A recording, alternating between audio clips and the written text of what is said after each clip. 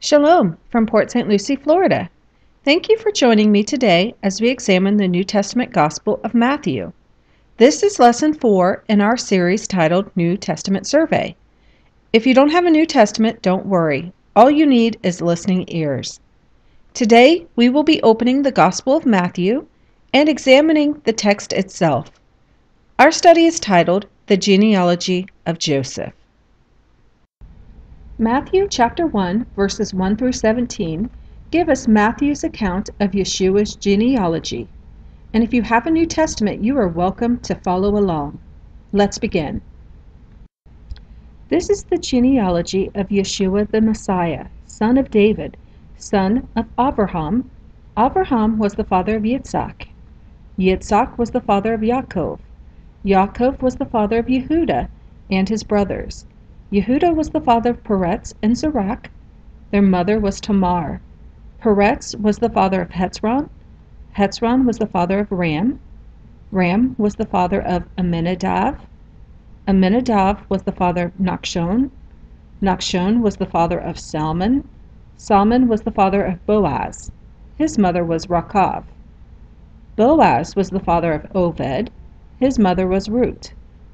Oved was the father of Yeshai. Yeshai was the father of David the king. David was the father of Shlomo. His mother was the wife of Uriah. Shlomo was the father of Rechavam. Rechavam was the father of Aviah. Aviah was the father of Asa. Asa was the father of Jehoshaphat. Jehoshaphat was the father of Joram. Joram was the father of Uzziyahu. Uzziyahu was the father of Jotam. Jotam was the father of Achaz. Achaz was the father of Hizkiyahu. Hizkiyahu was the father of Manasseh. Manasseh was the father of Ammon.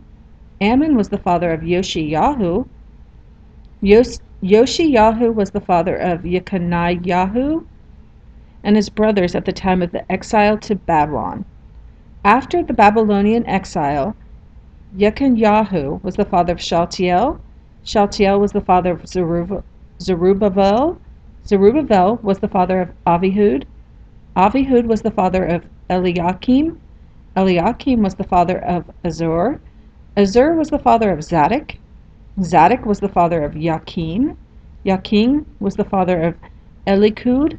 Elikud was the father of Elazar. Elazar was the father of Matan. Matan was the father of Yaakov. Yaakov was the father of Joseph, the husband of Miriam, from whom was born the Yeshua, who was called the Messiah. Thus there were 14 generations from Abraham to David, 14 generations from David to the Babylonian exile, and 14 generations from the Babylonian exile to the Messiah. Matthew isn't the only gospel writer to trace Yeshua's genealogy. Luke, the Gentile physician, also traces Yeshua's genealogy, and we will examine that at a later date. Matthew, though, gives us the story of Yeshua's birth from Joseph's perspective. You may be asking yourself, who is Joseph? Joseph was the stepfather of Yeshua, and we will find out more about him as we continue our study of the Gospel of Matthew. Matthew's genealogy is unique for two reasons. First, he skips names. And second, he names women. And he doesn't just name any women, he names 4 Gentile women. 1, Rahab the harlot. 2, Ruth the Moabitess. 3, Bathsheba, the wife of King David. 4, Tamar. All 4 of these women have a colorful history that includes some type of sexual sin. Rahab was a harlot. Ruth originated from an incestuous relationship between Lot and one of his daughters. Bathsheba was guilty of committing adultery with King David, and Tamar seduced her father-in-law, Judah, in order to have an heir. Well, ladies and gentlemen, this is good news for us. By mentioning these 4 Gentile women in Yeshua's ancestry, Matthew makes his position clear. Yeshua came for not just the lost sheep of the house of Israel, but for sinners too, and Gentiles. So the gospel really is good news. Okay, so now you know that Matthew's genealogy breaks with Jewish tradition by not only leaving out names, but also by naming women. So why does Matthew give a genealogy anyway?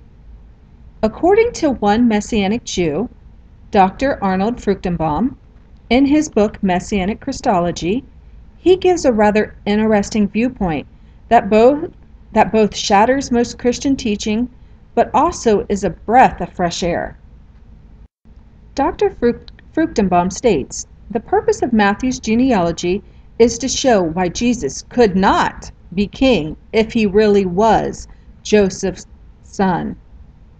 Now that's a strange statement for most Christians, because we have generally been taught that Matthew's genealogy shows us Jesus' right to the throne of David.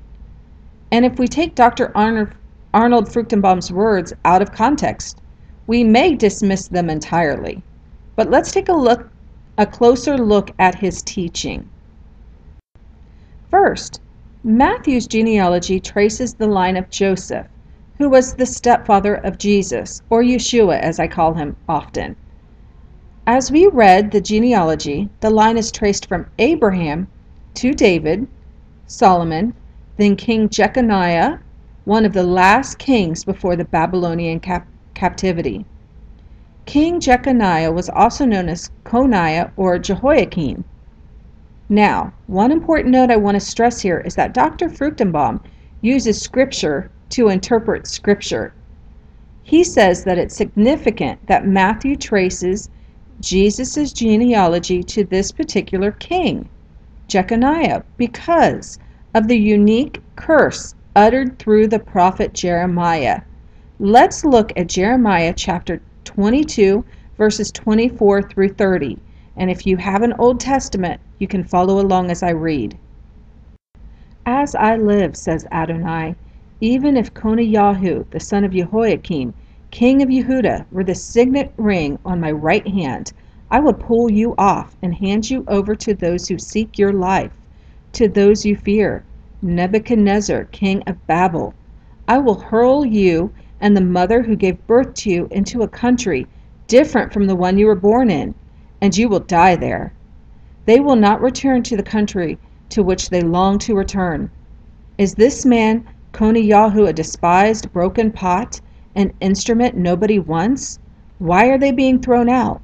Why are he and his offspring thrown out into a country they do not know? O land, land, land, hear the word of Adonai. This is what Adonai says. List this man as childless. He is a lifetime failure. None of his offspring will succeed.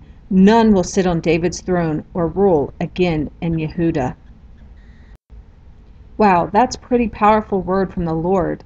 Through the prophet, God says that no descendant of Jeconiah will have any rights to David's throne. Okay, so what about Jesus and the Christian teaching that this genealogy proves Jesus' right to David's throne? Well, first, Dr. Fruchtenbaum states that Matthew's ultimate purpose is tracing Jesus' genealogy through his stepfather Joseph, is to show why Jesus could not be king if he really was Joseph's biological son. However, Matthew doesn't leave his Jewish audience wondering for long about the messiahship of Jesus, and immediately gives his audience the account of the virgin birth of Jesus, which ultimately resolves the curse of Jeconiah. As the author of the New Testament book of Galatians said, Christ hath redeemed us from the curse of the law. Well, I hope by now your mouth is watering for more teaching. In the next lesson, we will examine Matthew's account of Yeshua's birth, the virgin birth, as fulfillment of what the prophet Isaiah saw so many years before. Let me end this broadcast with pronouncing a blessing over you. The Lord bless you and keep you. The Lord make his face shine upon you. The Lord be gracious to you. The Lord lift up his countenance to you and give you his sweet Shalom. Till next time.